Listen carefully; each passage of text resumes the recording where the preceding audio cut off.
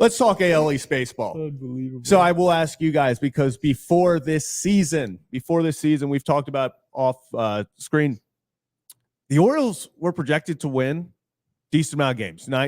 You saw a lot of 92 to 95 win totals for the Orioles preseason. But something you also saw was the Orioles not only not winning the division in a lot of cases, the Orioles finishing behind teams like the Toronto Blue Jays, behind the Tampa Bay Rays. And in a lot of places, it was not uncommon to see the Orioles finishing third or fourth in their season projections. But that's not how, as we sit here on June 10th, a lot of baseball left to be played, obviously, but that's not exactly how the division is playing out. So I must ask you guys now, fact or crap? We'll start with you, Rocco. The AL East is a 2-team race heading on June 10th. Still a lot of baseball left to be played, man. It's hard not to say that these won't be the two teams competing for the AL East when it's all said and done, the O's and the Yankees, because right now when you create that much separation, it is hard to get back in the but then you factor in injuries happen. You saw what happened to Soto, and he's been on the shelf for a bit. And then you have, injuries to the Orioles starting rotation. And you know what? They haven't really skipped a beat. And that's good. But the question is, can they sustain it going forward? That is, of course, the hope. I am going to say right now, I'm going to go crap that it's a 2-team race, okay? Because I think it's so early on in the season that there's a team that could either make a trade at the All-Star break. A lot of hypotheticals here, obviously. We love playing this game. But I think we're going to see a team sneak up and gain a little bit of ground and make this a 3-team race when it's all said and done. Do you have a prediction of who you think that team is?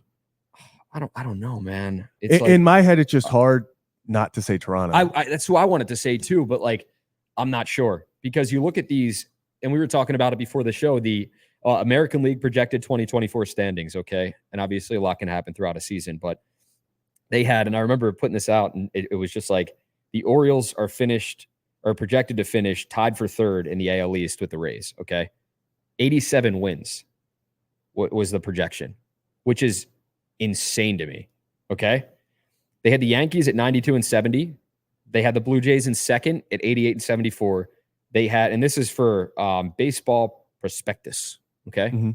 But MLB put this out. Then they had the O's, okay, at 87 and 75, Rays at 87 and 75, and the Red Sox in the basement at 79 and 83. Based on those projections, I thought it was crazy to have the Orioles tied for third and an 87-win team, considering they just won 101 games last season. Yeah. It baffled me. But I think it could be the Blue Jays sneaking up on both the Orioles and Yankees and making this a 3-team race when it's all said and done. But we'll see. That's just the only team that I can look at their roster right now and say, yeah, that's a team that can put it together and go win a few games. I agree. Saying the Blue Jays ahead of the Orioles, especially after last season, was very insulting. But the one team, and I maybe it's just recency bias because of this past week. What happened to the Tampa Bay Rays, man? Because it's tough, dude. I mean, I know they lost a few key pieces in the offseason with Glasnow, Margot, obviously the whole Franco ordeal. So yeah.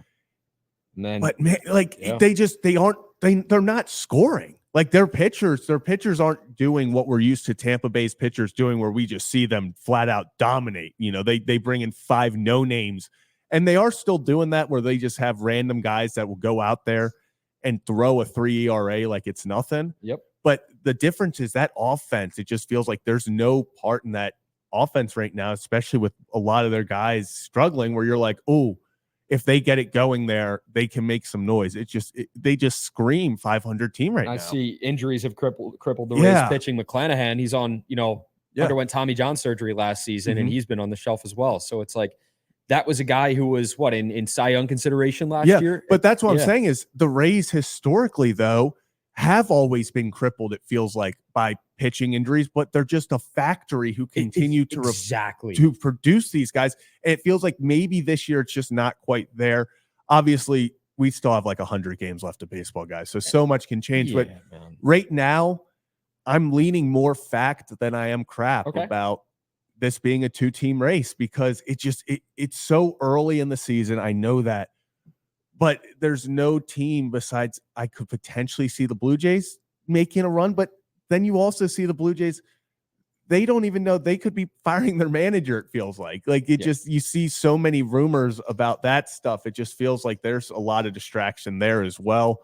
So on June 10th, I'll say fact. It is a 2-team race. Kevin, how are you feeling?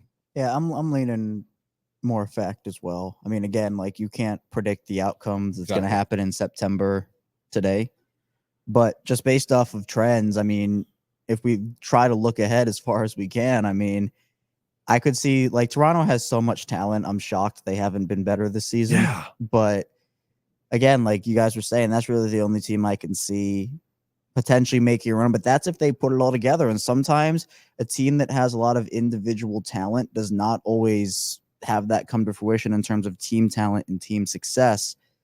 So when we're talking about these Orioles-Yankees series later in the year and everything about it, it just feels like those are the two most talented teams in the division. You know, there's a pretty big cushion right now that, again, could shrink depending on what happens. We're still pretty far into, we're not far into the year. We're about 2 months in. We still have a long way to go. But it just feels like when we're talking about this again in September, we're going to be talking about how important those Orioles-Yankees series were. Mm-hmm.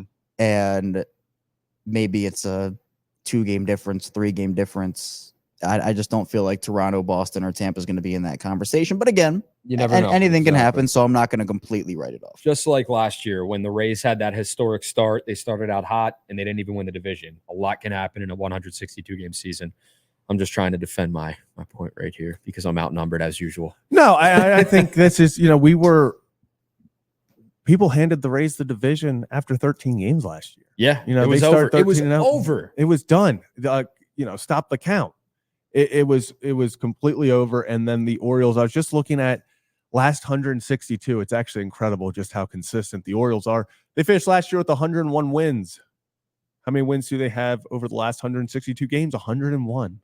So teams like the Rays and Blue Jays have sat right around 500 over the last 162, winning about 83 games. So they feel like they're just a 500. And I think they'll probably make the playoffs. I think that's another big thing is the difference between the Orioles and that third wild card team is like 8.5 games right now.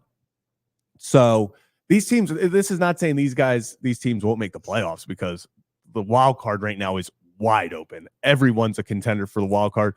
But it's going to be interesting to see how things are played out there. Any final thoughts on that fact or crap?